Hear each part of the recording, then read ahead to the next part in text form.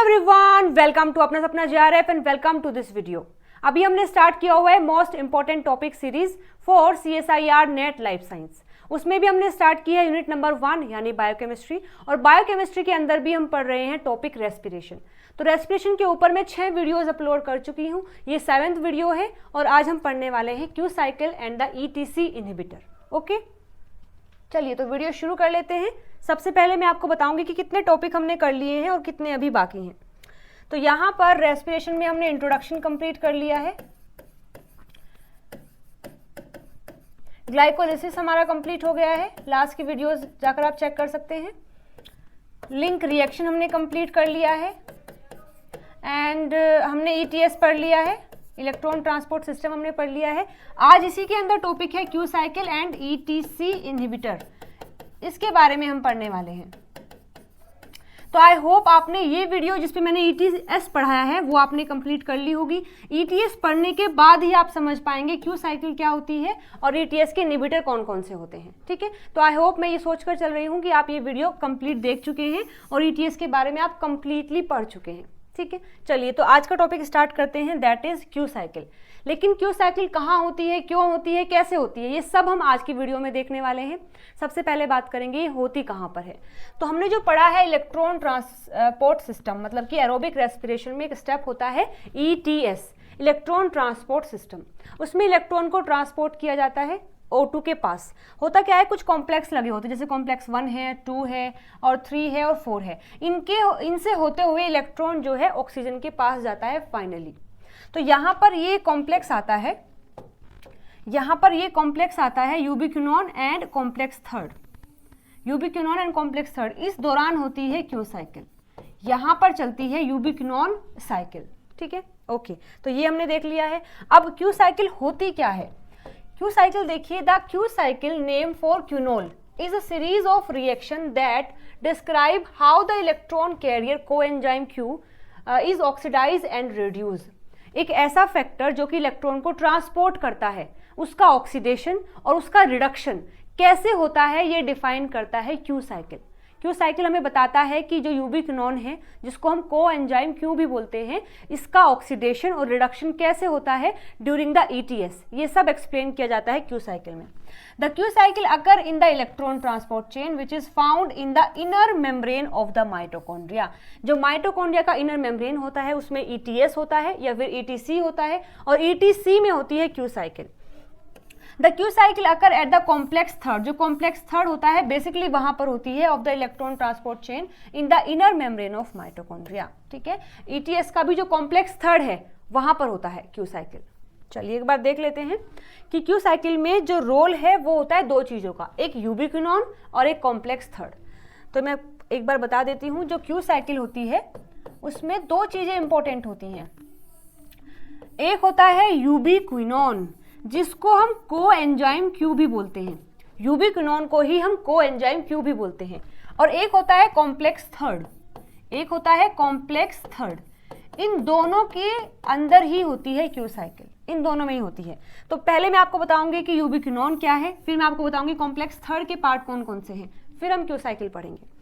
तो देखिएगा, जो यूबिक्विनोन है ये फ्लेवोप्रोटीन और जो साइटोक्रोम होते हैं उनके बीच में इलेक्ट्रॉन को ट्रांसपोर्ट करता है। अब ये फ्लेवोप्रोटीन क्या है, साइटोक्रोम्स क्या है, जो 4 कॉम्प्लेक्स होते हैं ETS में, उसमें जो फर्स्ट और सेकंड होता है इनको फ्लेवोप्रोटीन बोलते हैं, क्योंकि इनके अंदर FMN और FAD होते हैं जो दोनों फ्लेवोप्रोटीन हैं।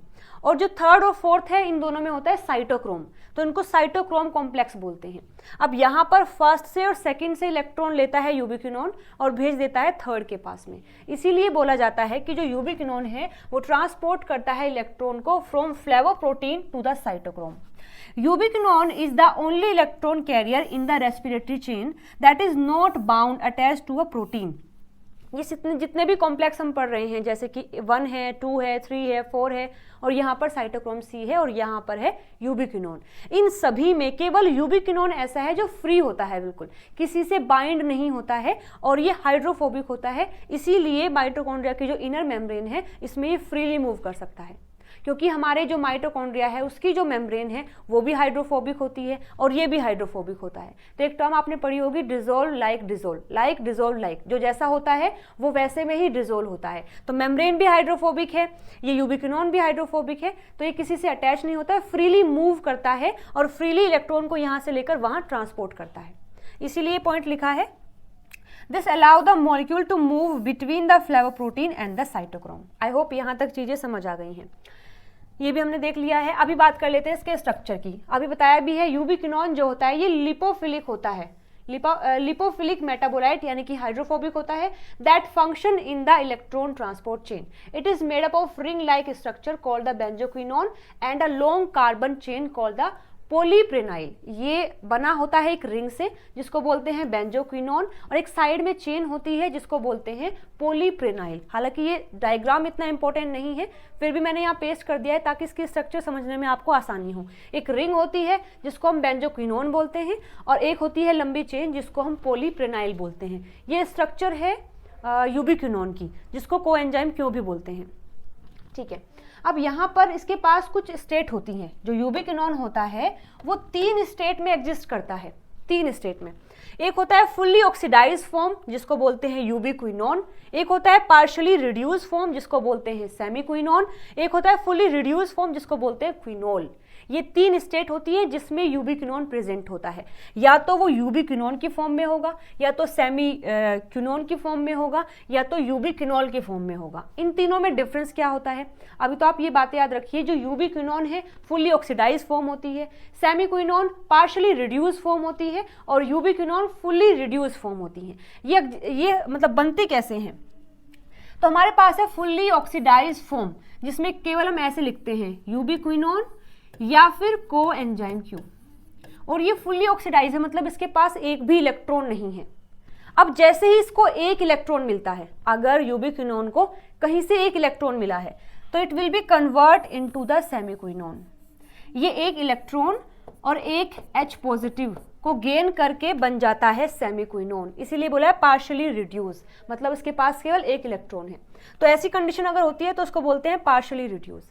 और अगर यूबिक्विनोन जो कि फुल्ली ऑक्सीडाइज है, अगर वो गेन करता है कहीं से 2 इलेक्ट्रॉन और 2 H पॉजिटिव, 2 इलेक्ट्रॉन और 2 H पॉजिटिव, तो ये हो जाता है फुल्ली रिड्यूस जिसको बोलते हैं यूबिक्विनोल। ऐसा भी होता है कि जो सेमीक्विनोन है वो एक इलेक्ट्रॉन और लेकर कन्वर्ट हो जाए यूबिक्विनोल में, एक इलेक्ट्रॉन और एक H पॉजिटिव। तो या तो यूबिक्विनोन को सीधा 2 इलेक्ट्रॉन मिल जाए तो वो डायरेक्टली कन्वर्ट हो जाएगा यूबिक्विनोल में, अगर एक मिलता है तो सेमीक्विनोन, और सेमीक्विनोन को फिर एक और मिलता है तो it will be convert in the ubiquinol. ठीक है, तो ये 3 फॉर्म होती हैं जिसमें कि यूबिक्विनोन एग्जिस्ट कर सकता है। ये फुल्ली ऑक्सीडाइज, ये पार्शियली रिड्यूस और ये फुल्ली रिड्यूस। तो देखो यहाँ स्ट्रक्चर की फॉर्म में बता देती हूँ, ये है यूबिक्विनोन की स्ट्रक्चर, ये है फुल्ली ऑक्सीडाइज फॉर्म। आप देख सकते हैं यहाँ पर भी ऑक्सीजन है, यहाँ पर भी ऑक्सीजन है, ये फुल्ली ऑक्सीडाइज फॉर्म है। जैसे ही इसको एक इलेक्ट्रॉन और एक H पॉजिटिव मिलता है तो यहाँ ये जो H पॉजिटिव है ये यहाँ आ जाता है, और ये जो डबल बॉन्ड है ये सिंगल हो जाएगा, जो यहाँ पर डबल बॉन्ड था ये सिंगल हो जाएगा क्योंकि H ने बाइंड कर लिया है, और जो इलेक्ट्रॉन मतलब ये जो बॉन्ड है ये यहाँ ट्रांसफर होकर इस पर एक नेगेटिव आयन लगा देगा। तो ये हो जाता है सेमी यूबिक्विनोन, सेमी यूबिक्विनोन। इसको हम खाली ऐसे लिखते हैं कि ये यूबिक्विनोन है, इसके पास एक H है तो इस तरीके से लिखा जाता है, ये सेमी यूबिक्विनोन है। फिर जब ये सेमी यूबिक्विनोन एक और इलेक्ट्रॉन को गेन कर लेता है तो फिर ये कन्वर्ट हो जाता है यूबिक्विनोल में, जिसमें यहाँ पर भी OH आ जाता है और यहाँ पर भी OH आ जाता है, इसीलिए इसको यूबिक्विनोल बोलते हैं। ओल हम कब लगाते हैं? जब OH ग्रुप होता है, तो यहाँ दोनों में ही OH आ जाता है तो उसको यूबिक्विनोल बोलते हैं, जो कि ऐसा हो जाता है UQ, और अब 2 H हो गए हैं तो H2। ये है ubiquinol, this is semi ubiquinone and this is the ubiquinone. ये फुली ऑक्सीडाइज, ये पार्शियली रिड्यूस और ये फुली रिड्यूस फॉर्म होती है। आई होप यहाँ तक बातें समझ आ गई हैं, यहाँ तक कोई कंफ्यूजन नहीं है। अभी हम बात करेंगे प्रोसेस की, कि क्यू साइकिल क्यों, मतलब कैसे होती है, लेकिन उससे पहले क्यों होती है ये भी देख लेते हैं। जो क्यू साइकिल है ये होती है इसलिए क्योंकि जो ये यूबिक्विनोन है, ये एक साथ में 2 इलेक्ट्रॉन को ले सकता है। मैंने आपको बताया भी है इस डायग्राम की हेल्प से कि यहाँ पर ये डायरेक्टली 2 इलेक्ट्रॉन भी ले सकता है। ऐसा नहीं कि हमेशा एक इलेक्ट्रॉन लेता है, ये डायरेक्टली 2 इलेक्ट्रॉन भी ले सकता है, या फिर एक एक करके भी ये 2 ले सकता है। तो यहाँ पर ये जो यूबिक्विनोन होता है इसके पास होते हैं 2 इलेक्ट्रॉन, ठीक है। अब जब ये कॉम्प्लेक्स थर्ड को अपने इलेक्ट्रॉन दे रहा होता है, जब इसको अपने इलेक्ट्रॉन कॉम्प्लेक्स थर्ड को देने होते हैं, तो कॉम्प्लेक्स थर्ड में एक भी प्रोटीन ऐसा नहीं है जो कि इसके दोनों इलेक्ट्रॉन को एक साथ में ले सके।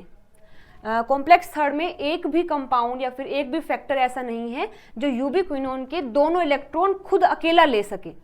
तो वो क्या करते हैं, वो एक एक करके लेते हैं। एक किसी और ने ले लिया, एक किसी और ने ले लिया, मतलब इसके पास जो 2 इलेक्ट्रॉन है वो एक किसी और ने लिए हैं, एक किसी और ने लिए हैं। इस वजह से यहाँ क्यू साइकिल चलानी पड़ती है। एक तरीके से मानिए ये ड्रॉबैक भी है इस सिस्टम का कि यहाँ 2 इलेक्ट्रॉन नहीं ले पाते हैं, इस वजह से क्यू साइकिल चलती है। और एक तरीके से ये बेनिफिट भी है इस इलेक्ट्रॉन ट्रांसपोर्ट सिस्टम का कि यहाँ पर बहुत सारे यूबिक्विनोन इकट्ठे हो जाते हैं, ताकि अगर ये ना बन रहा हो तो ये इस्तेमाल किए जा सकें। अगर अभी भी समझ नहीं आया तो आगे हम प्रोसेस पढ़ेंगे, तब मैं फिर से एक बार बता दूंगी कि कहाँ एडवांटेज की तरह है, कहाँ डिसएडवांटेज की तरह है। लेकिन क्यू साइकिल क्यों होती है, क्योंकि जो कॉम्प्लेक्स थर्ड होता है उसमें एक भी फैक्टर ऐसा नहीं है जो यूबिक्विनोन जो यूबिक्विनोल फॉर्म में है उसके दोनों इलेक्ट्रॉन को अकेला ले सके, इसलिए क्यू साइकिल रन करनी पड़ती है, ठीक है।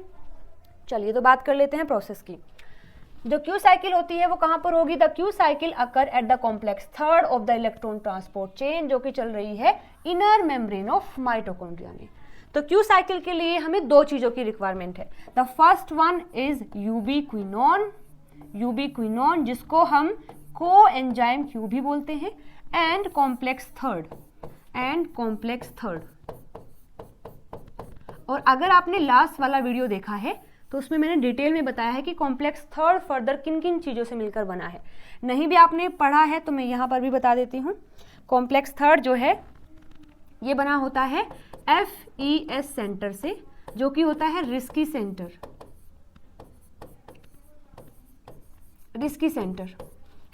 एक होता है साइटोक्रोम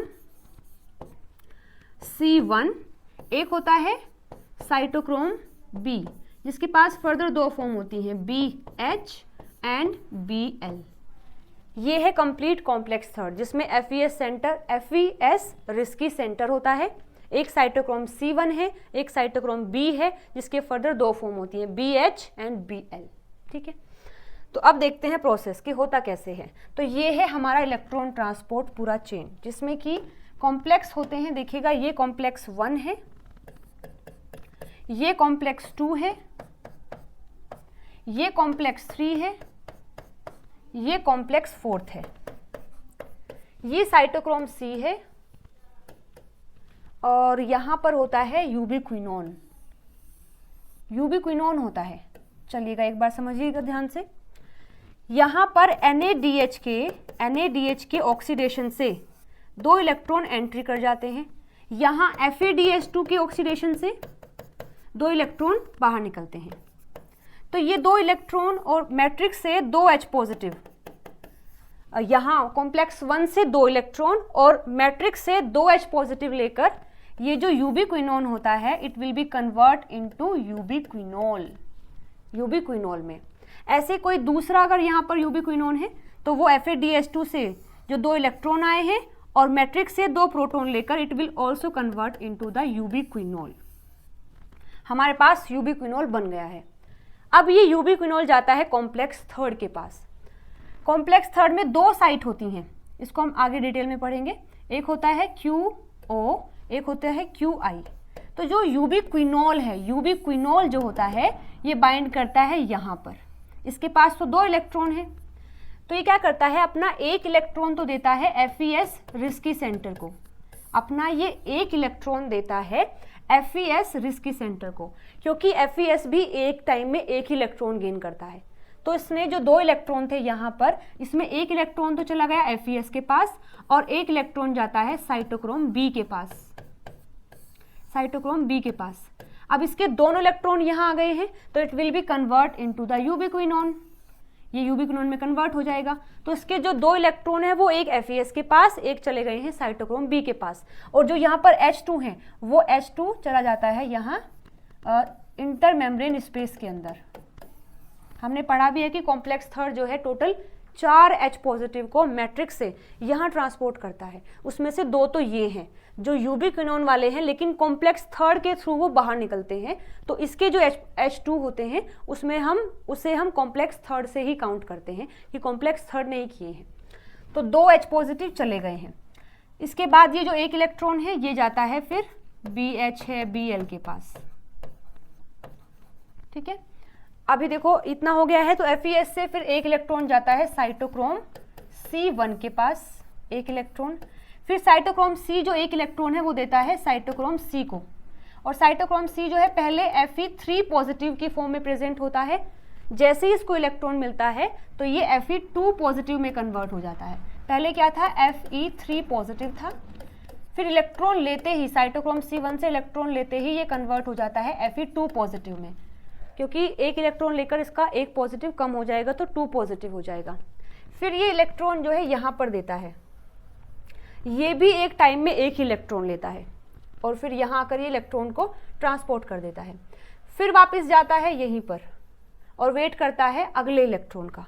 तो एक तो साइकिल होती है ये पूरा प्रोसेस चलता है इस तरीके से। अब गड़बड़ कहाँ आई है, ये जो दूसरा इलेक्ट्रॉन है ये यहाँ चला गया है, ये इस ट्रांसपोर्ट सिस्टम में मूव नहीं कर पाया। ये इलेक्ट्रॉन जो है, जो दूसरा इलेक्ट्रॉन था, ये इस चेन के अंदर मूव नहीं कर पाया। लेकिन हमारा मोटिव ये है कि जितने भी इलेक्ट्रॉन NADH से आए हैं, FADH2 से आए हैं, वो फुली पार्टिसिपेट करें इस ट्रांसपोर्ट सिस्टम में। अब यहाँ से 2 इलेक्ट्रॉन आए हैं, वो एक तो चला गया सिस्टम के पास और फाइनली वो O2 के पास चला गया, लेकिन जो दूसरा इलेक्ट्रॉन है ये तो O2 के पास नहीं गया। तो कुछ ऐसा सिस्टम किया जाए कि ये दूसरा इलेक्ट्रॉन भी ऐसे मूव कर जाए इस रिएक्शन में, तो यहाँ पर क्यू साइकिल होती है, ठीक है। ओके, अब ये जो क्यू साइकिल है ये 2 हाफ में कंप्लीट होती है, first half and second half. पहले बात करेंगे अबाउट द फर्स्ट हाफ। ये है मेरे पास complex third, this is the complex third, और ये है मेरे पास, यहाँ पर मैं बात करूंगी यूबिक्विनोन की, ठीक है जी, ठीक है। तो कॉम्प्लेक्स थर्ड ये है। कॉम्प्लेक्स थर्ड के पास 2 साइट होती हैं, फर्स्ट इज QP और Q0 साइट, ये सेकेंड साइट है, ये होती है QN एंड QC साइट। बिल्कुल ध्यान से समझिएगा, जो कॉम्प्लेक्स थर्ड होता है उसके पास 2 साइट होती हैं, QP and Q0 site, QN and QC site. हमेशा जो ये QP साइट है इस पर बाइंड करता है यूबिक्विनोल, इस साइट पर हमेशा बाइंड करता है यूबिक्विनोल, और ये जो QN वाली साइट है इस पर हमेशा बाइंड करता है यूबिक्विनोन। ये फुल्ली रिड्यूस फॉर्म है, ये फुल्ली ऑक्सीडाइज फॉर्म है, ये बातें मैं आपको बता चुकी हूँ। अब जो यूबिक्विनोल होता है ये अपने दोनों इलेक्ट्रॉन देता है और कन्वर्ट हो जाता है यूबिक्विनोन में। 2 इलेक्ट्रॉन इसने किसे दिए हैं, 1 इलेक्ट्रॉन तो गया है FeS सेंटर के पास, 1 इलेक्ट्रॉन गया है FeS जो रिस्की सेंटर है उसके पास, फिर यहां से गया है साइटोक्रोम C1 के पास, और साइटोक्रोम C1 से ले लिया है साइटोक्रोम C ने, यहां पर है साइटोक्रोम C, ये Fe2 पॉजिटिव में हो गया है। अब ये जाएगा कॉम्प्लेक्स फोर्थ के पास, कॉम्प्लेक्स फोर्थ के पास जाएगा, इलेक्ट्रॉन यहां डोनेट करके ये फिर से यहां आकर बैठ जाएगा, और अब ये Fe3 पॉजिटिव फॉर्म में है। Fe3 पॉजिटिव में क्यों है, पहले ये Fe3 पॉजिटिव में था, 1 इलेक्ट्रॉन इससे लिया Fe2 पॉजिटिव में हो गया, फिर कॉम्प्लेक्स फोर्थ को इलेक्ट्रॉन दिया, फिर से Fe3 पॉजिटिव में हो गया। इतनी बातें समझ आ गई। यूबिक्विनोल जो यहाँ पर बना है कॉम्प्लेक्स 1 और 2 के कारण, वो यूबिक्विनोल आकर बाइंड करता है कॉम्प्लेक्स थर्ड के QP साइट पर, अपने दोनों इलेक्ट्रॉन को डोनेट कर देता है। 1 इलेक्ट्रॉन तो FeS के पास जाएगा, साइटोक्रोम C1 के पास जाएगा, साइटोक्रोम C के पास जाएगा, साइटोक्रोम C इसको फोर्थ में देगा, देकर वापस फिर आकर बैठ गया है अगले इलेक्ट्रॉन के लिए। जो दूसरा इलेक्ट्रॉन है, जो सेकेंड इलेक्ट्रॉन है भाई, वो जाता है साइटोक्रोम B के पास, साइटोक्रोम B के पास जाता है। साइटोक्रोम B के पास भी 2 साइट होती हैं। द फर्स्ट इज, इसी को मान लेते हैं L, पहले होता है L, हाँ L होता है, और फिर होता है साइटोक्रोम BH, साइटोक्रोम BH। तो एक इलेक्ट्रॉन पहले गया Bl के पास, जो साइटोक्रोम B का एक पार्ट है, फिर ये इलेक्ट्रॉन गया साइटोक्रोम BH के पास, फिर BH से ये इलेक्ट्रॉन गया है यूबिक्विनोन के पास, और यूबिक्विनोन इस इलेक्ट्रॉन को गेन करता है और जो मैट्रिक्स वाला पार्ट है यहाँ से एक H पॉजिटिव लेता है और कन्वर्ट हो जाता है सेमी यूबिक्विनोन में, क्योंकि एक इलेक्ट्रॉन आया है, एक ही H पॉजिटिव लेगा फिर, तो कन्वर्ट हो जाएगा सेमी यूबिक्विनोन में। This is the first half cycle.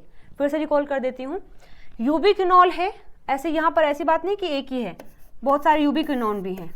इनमें से एक यूबिक्विनोन ने बाइंड कर लिया है QN साइट पर और एक यूबिक्विनोल ने बाइंड कर लिया है P साइट पर।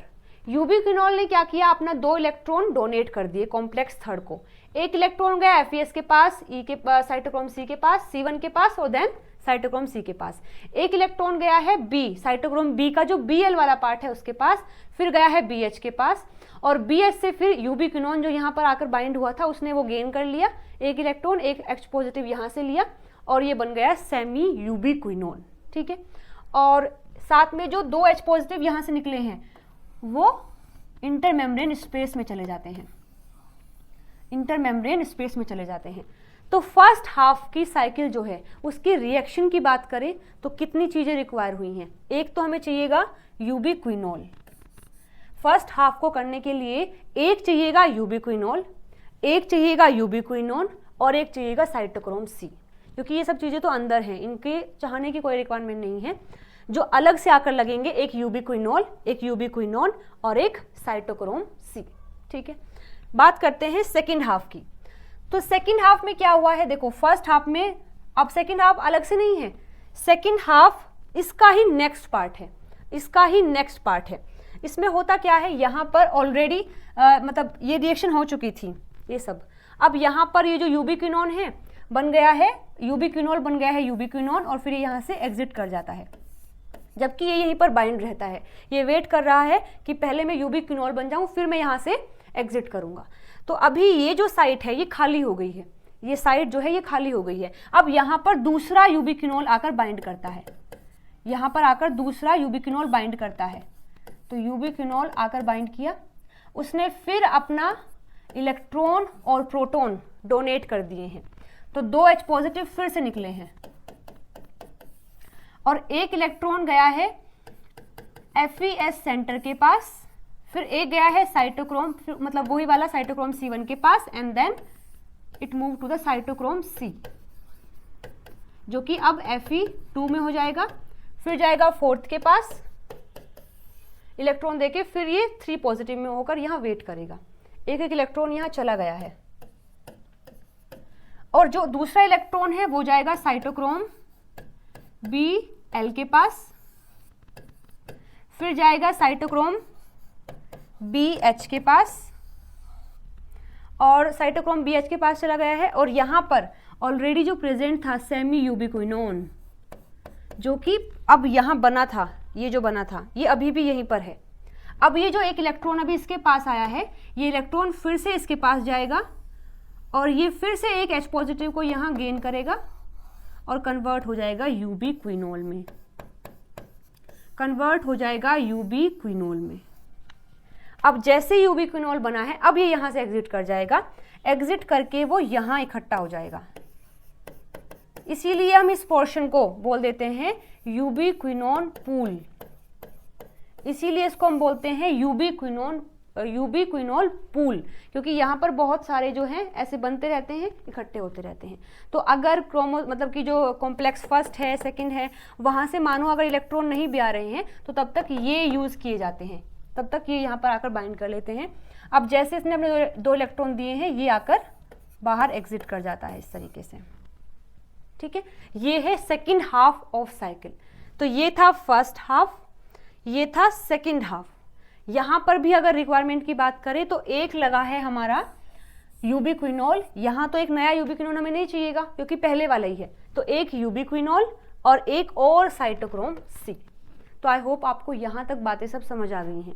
ठीक है, अब एक बार ओवरऑल रिएक्शन देख लेते हैं। जैसे इस डायग्राम की हेल्प से देखिएगा, ये कॉम्प्लेक्स थर्ड की बात की गई है। तो यहाँ जैसे ये यूबिक्विनोल है, ये यूबिक्विनोल क्या करता है, अपना एक इलेक्ट्रॉन देता है रिस्की सेंटर को, FeS जो रिस्की सेंटर है उसको, फिर साइटोक्रोम C1 को और फिर साइटोक्रोम C को, और 2H पॉजिटिव को यहाँ रिलीज कर देता है। एक इलेक्ट्रॉन देता है ये साइटोक्रोम B को, साइटोक्रोम B अपना इलेक्ट्रॉन देता है यूबिक्विनोन को और ये कन्वर्ट हो जाता है सेमी यूबिक्विनोन में। This is the first half. Second half में क्या होगा, फिर एक नया जो यूबिक्विनोल है यहाँ बाइंड करेगा, क्योंकि ये साइट तो फ्री हो गई।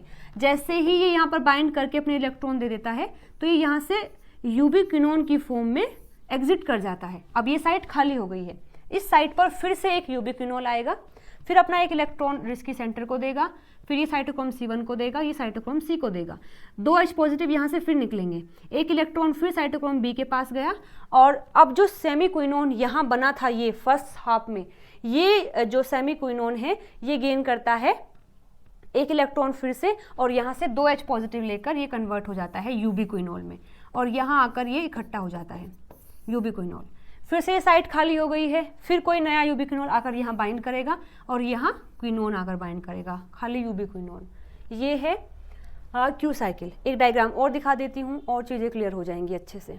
ये है फर्स्ट हाफ, ये है सेकेंड हाफ। यहाँ पर इस डायग्राम में बस थोड़ी सी चीज़ें चेंज की हैं। जो हमने साइट ली थी क्यू नोट लिया था, क्यू आई लिया था, उसको SQ से लिखा हुआ है, बाकी सब चीज़ें सेम है। देखो कैसे, जो फर्स्ट हाफ होता है उस फर्स्ट हाफ में यहाँ इस साइड पर बाइंड करता है यूबिक्विनोल, और 2 इलेक्ट्रॉन देकर 2H पॉजिटिव देकर ये कन्वर्ट हो जाता है यूबिक्विनोन में। यहाँ बाइंड करता है यूबिक्विनोन, एक इलेक्ट्रॉन गया है FeS के पास, देन साइटोक्रोम C1 के पास, देन साइटोक्रोम C के पास। एक इलेक्ट्रॉन गया है Bl और BH के पास होता हुआ वो जो यूबिक्विनोन था उसके पास, और ये कन्वर्ट हो जाता है सेमी क्विनोन में, सेमी क्विनोन में। अच्छा ठीक है, तो ये है फर्स्ट हाफ। सेकेंड हाफ में देखिए क्या होगा, ये साइट खाली हो गई है, फिर से यहाँ पर एक नया यूबिक्विनोल बाइंड करेगा, और ऑलरेडी यहाँ पर तो सेमी क्विनोन है। यहाँ सेकंड जो हाफ होता है उसमें केवल यहाँ बाइंडिंग होती है, यहाँ बाइंडिंग नहीं होती, क्योंकि ऑलरेडी यहाँ पर सेमी क्विनोन जो है ये प्रेजेंट है। तो जैसे ये फिर से बाइंड किया तो 2 इलेक्ट्रॉन इसमें फिर से डोनेट कर दिए, यहाँ पर एक इलेक्ट्रॉन दिया, फिर ये C1 के पास गया, फिर ये साइटोक्रोम C के पास गया है। एक जो इलेक्ट्रॉन है ये Bl के पास गया, BH के पास गया, और फिर BH से जो सेमी क्विनोन बना हुआ था, जो फर्स्ट हाफ में सेमी क्विनोन बना था, इस सेमी क्विनोन को देकर ये कन्वर्ट कर देता है उसको यूबिक्विनोल में। This is the second half of the cycle. ठीक है, ओवरऑल अगर बात करें तो इस पूरी साइकिल को अगर हम दोनों हाफ को एक जगह जोड़ देते हैं तो हमें फिर क्या मिलेगा। अब देखो, हाँ देखो, ये है पूरा ओवरऑल रिएक्शन। दोनों साइकिल को अगर मिला देते हैं तो अगर आपको याद है दोनों साइकिल में हमें 2 यूबिक्विनोल की रिक्वायरमेंट हुई है, 2 की, एक फर्स्ट हाफ के लिए, एक सेकेंड हाफ के लिए। तो यहाँ लिखा है 2 यूबिक्विनोल। तो जब अगर ये 2 यूबिक्विनोल हैं तो यहाँ पर 2 ही हमें मिलेंगे यूबिक्विनोल। एक यूबिक्विनोल 2H पॉजिटिव को रिलीज करता है, तो 2 करेगा 4 को, यहाँ 4 दिखाया हुआ है। और हम पढ़ते भी हैं कि कॉम्प्लेक्स थर्ड जो होता है वो 4H पॉजिटिव को मेम्ब्रेन में ट्रांसपोर्ट करता है। वो क्राइटेरिया फुलफिल हो गया है। ठीक है, तो यहाँ पर 2 यूबिक्विनोल की रिक्वायरमेंट हुई है। इस साइट पर केवल एक ही यूबिक्विनोन आता है, मतलब कि यहाँ ऐसा नहीं कि फर्स्ट हाफ में दूसरा यूबिक्विनोन है, सेकंड में दूसरा है, एक ही यूबिक्विनोन होता है दोनों साइकिल के लिए। तो यहाँ एक यूबिक्विनोन है तो एक ही बनेगा यूबिक्विनोल, बिल्कुल सही बात है।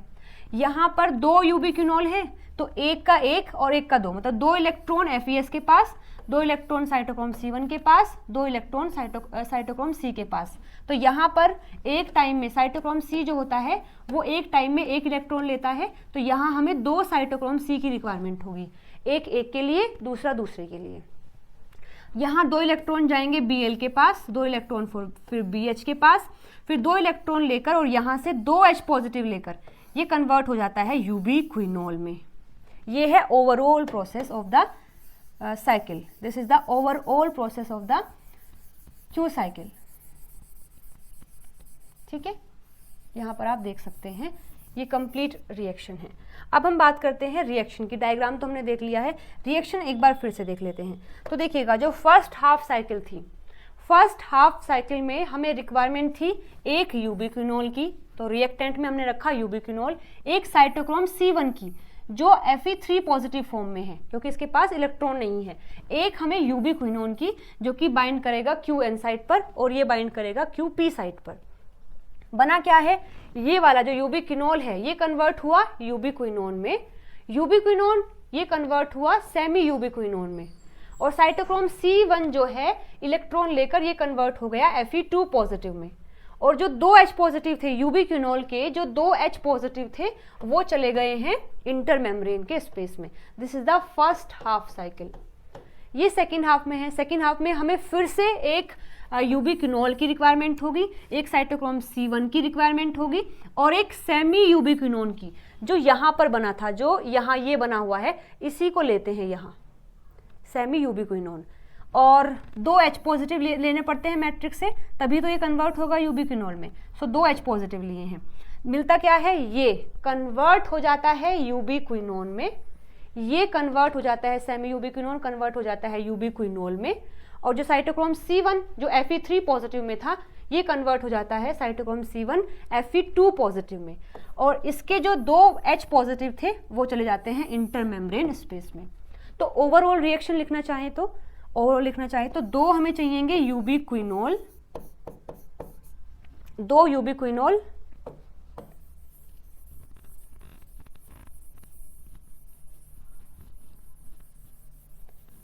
दो चाहिएंगे यूबिक्विनोल, एक ये, 2 चाहिएंगे cytochrome C1 plus 2 cytochrome C1 किस फॉर्म में, Fe3 पॉजिटिव की फॉर्म में।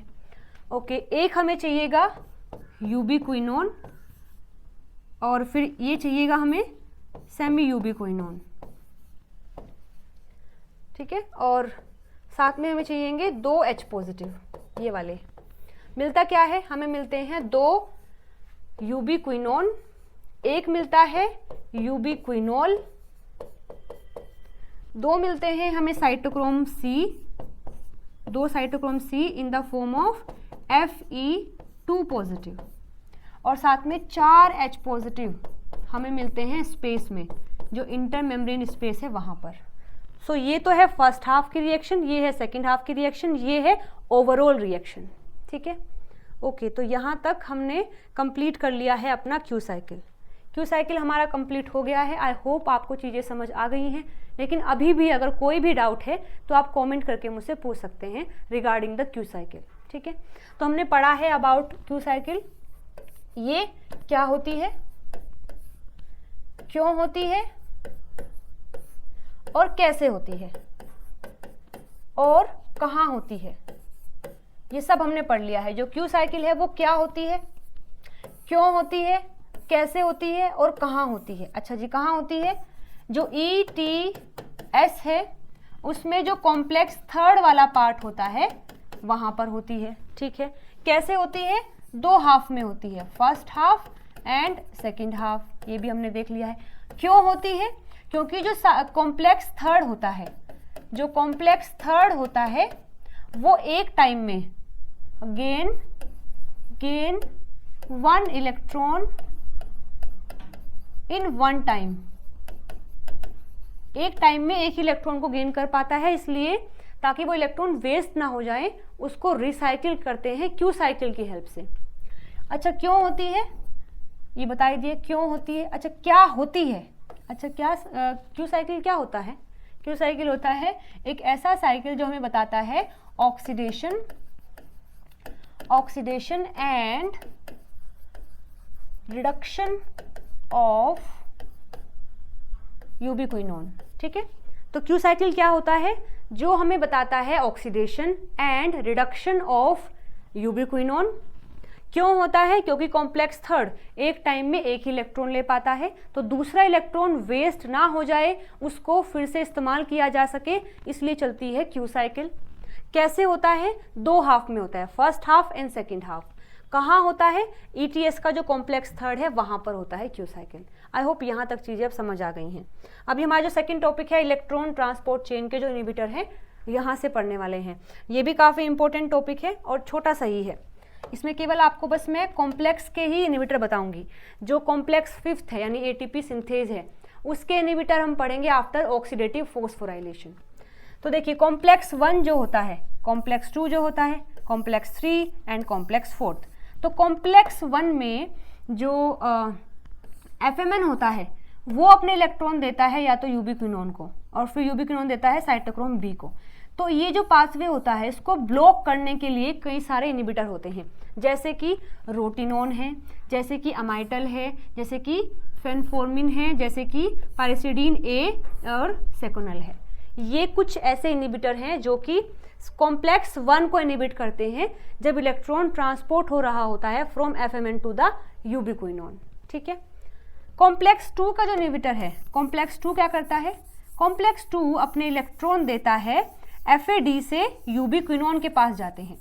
तो जब इलेक्ट्रॉन FAD से यूबिक्विनोन के पास जा रहे होते हैं, इस दौरान इनिबिट करने वाले बहुत सारे इनिबिटर होते हैं, जैसे कि मेलोनेट होता है, जैसे कि थेनोट्राईफ्लोरोएसीटोन होता है। ठीक है, ये 2 इनिबिटर ऐसे हैं जो कि कॉम्प्लेक्स 2 को इनिबिट करते हैं। कॉम्प्लेक्स 3 में क्या होता है? कॉम्प्लेक्स 3 में जो साइटोक्रोम B से जाता है साइटोक्रोम C1 के पास, मतलब जो इलेक्ट्रॉन गया था हमारा जो FES सेंटर है उससे गया था साइटोक्रोम C1 के पास, वहां पर जो इनिबिट करता है ये है एंटीमाइसिन A और डाइमरकैपिरोल। ठीक है, एंटीमाइसिन A और डाइमरकैपिरोल, ये 2 इनिबिटर होते हैं फॉर द कॉम्प्लेक्स 3। कॉम्प्लेक्स 4 के लिए जो साइटोक्रोम C से पहुंचाता है इलेक्ट्रॉन को O के पास, तो कॉम्प्लेक्स 4 के लिए होता है HCN, H2S, HN3 and CO। ये कुछ ऐसे इनिबिटर हैं जो कॉम्प्लेक्स 4 को इनिबिट करते हैं। तो आई होप ये चीज़ें समझ आ गई हैं। इसका आप स्क्रीनशॉट भी ले सकते हैं या इसको नोट डाउन भी कर सकते हैं।